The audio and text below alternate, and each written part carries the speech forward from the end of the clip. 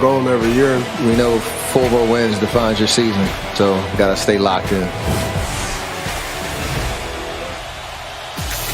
News out of Oakland, California. The Warriors officially declared 2-time Finals MVP Kevin Durant out for Thursday's Game 1 of the Finals. It's now been 18 days since he strained his calf in Game 5 against the Rockets. The good news out of Oakland is that DeMarcus Cousins' torn quad is improving. He's now been upgraded to questionable for Game 1. Here's head coach Steve Kerr. The timing of this whole thing is so tricky because, he misses 2 months. It always takes big guys longer to find the rhythm. The speed of the game is so fast. If this were the regular season, this would be simple. Put him back in the starting lineup and give him his minutes and let him work his way back in, find his rhythm. It would be an easy one, but we're going into Game 1 of the Finals. Feel bad for him. This is one of the reasons he came to this team, was to play in the playoffs and hopefully go to the Finals. And here we are, and he's just coming back with Game 1 just a few days away. It's not an easy position to be in. Nick Friedel covers the Warriors for us here at ESPN, joins us now live from the Warriors facility in Oakland. And we're 72 hours out, Nick. So between now and Thursday, what does this team need to see from DeMarcus Cousins to give him that green light? Sage, they need to see him getting up and down the floor a lot better than he is right now. It's the thing that gave him trouble after coming back off that Achilles injury in January. It's the same issue he's having coming off that quad injury. When you watch him running up and down the floor during these scrimmages, he's not getting the speed they need.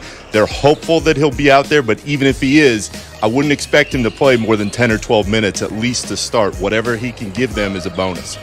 All right. As for Kevin Durant, it's really no surprise that he was officially ruled out for Game 1. But when Steve Kerr says he might not travel him with the team, how should we read into that? We should read into that in a best-case scenario, it's looking more and more likely that the best thing for the Warriors, Sage, would be to see Kevin Durant in Game 3. Because Durant hasn't been able to do any on-court work yet. He hasn't gotten much of anything other than shots since his injury up on the floor with his teammates. Why would the Warriors risk putting him on a plane for 5 hours each way if they know he's not close to returning? So while they haven't ruled him out officially for Game 2, the feeling certainly within this building, and when you talk to players and coaches, is that they're preparing for Durant to not be there in Toronto.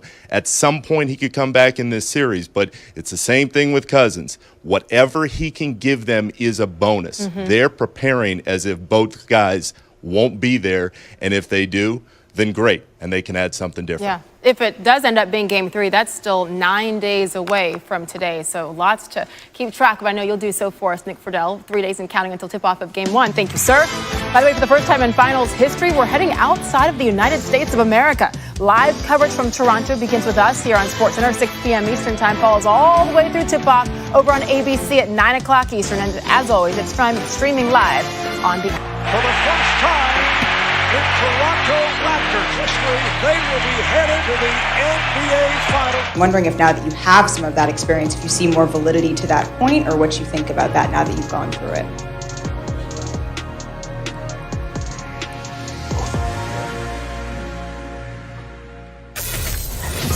He did apologize for doing that to Malika. How do you get better when your season ended after blowing a 2-0 series lead? You get back in the gym and work on your weaknesses. That's what 24-year-old Giannis was doing today. The Greek Freak also opening up on the impact of falling short of the finals despite being favored. Take it easy on me. I haven't slept for like 2 days. We're close to it. We've worked 5 years for this, 6 years for this, and as you said, 15 wins. Now we got 60. I don't promise we're gonna get 61 next year, but we're gonna be who we want to be. We're gonna put ourselves in a place to be a championship contender team for many more years to come. Just being up to 0 and not being able to go to the NBA Finals, that kind of hurt. But whatever does it, whatever, I don't know how you guys say, whatever don't kill you, make you stronger.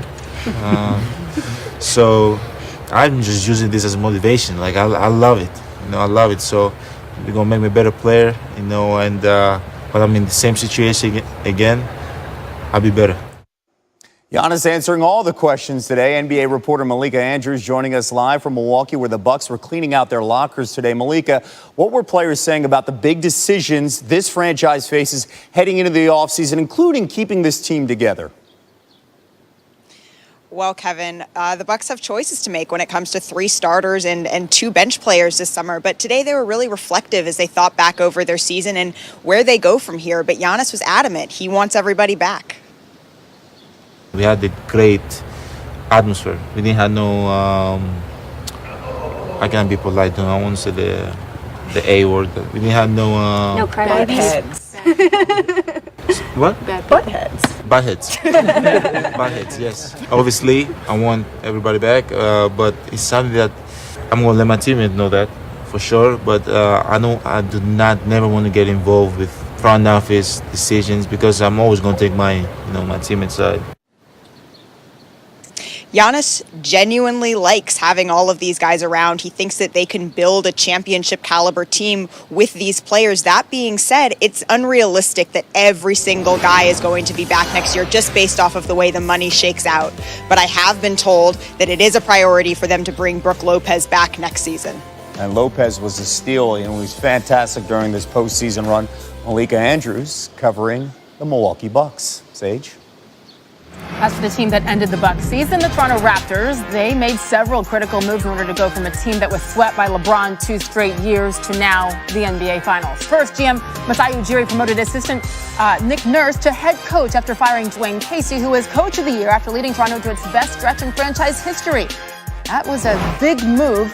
And then we go to February. They traded Jonas Valanciunas and company for Marc Gasol, who has been a steady force for Toronto all postseason, starting every game and anchoring a defense that slowed down Giannis and Joel Embiid. He's also provided the Raptors with playoff experience. Speaking of experience, Toronto's biggest move, of course, trading DeMar DeRozan for Kawhi Leonard, the 2014 Finals MVP. Leonard averaging over 30 points per game this postseason, shattering one Raptors playoff record after another, en route to their first Finals appearance in franchise history.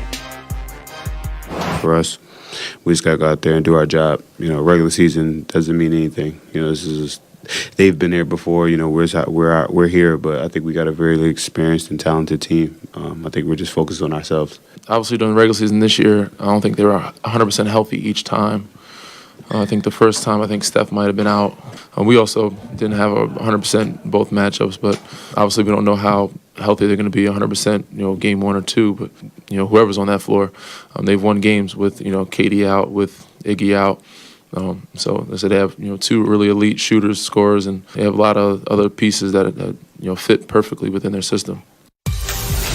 Yes, speaking of those guys, Kevin Durant, DeMarcus Cousins, we've got updates from Oakland. Both of them banged up. Steve Kerr talks about the changing status of them as we count down to Game 1 Thursday in Toronto. To tennis, the French.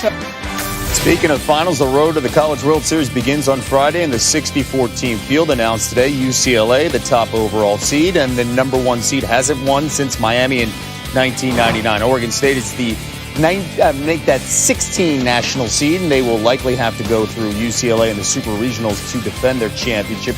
They can become the 7th school to win back-to-back school titles. They'll probably have to compete with quite a few SEC teams to get there. The SEC leading the way with 10 teams in the field, and for them, top 8 national seeds. Both those figures tie tournament records. There's one notable absence from the field. Cal State Fullerton didn't make it for the first time since 1991. 28 years ago. Let the May Madness begin. Matt? Matt Chick, Mike Rooney, and Kyle Peterson, 64 teams with a dream. The road to Omaha begins this week. Mike, start with you. Give me the teams you're most confident in to get to Omaha. I would say UCLA and Vandy have been on their own tier, really their own planet this year. And you start to think about these 2 clubs. UCLA's complete. They pitch at a high level, defend at a high level, unusually offensive and unusually athletic in that offense. For Vandy, it's an intimidating offense, and they play just enough defense. They pitch it just well enough, throw just enough strikes, but Vandy's offense just really scares you. Pac-12 champs, SEC champs, both the top 2 seeds overall here in this field of 64. Kyle, some good teams, some very good players. A lot of star power here in this field.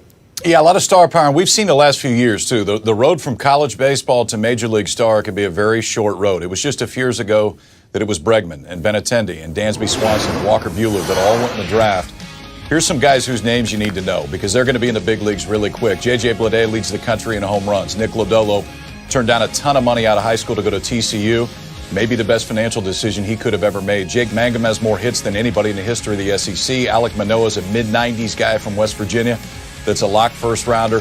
Adley Rutschman's probably the first player taken in this year's draft. Most outstanding player in the College World Series last year, switch hitting catcher with power. Andrew Vaughn, maybe the best pure hitter in the country.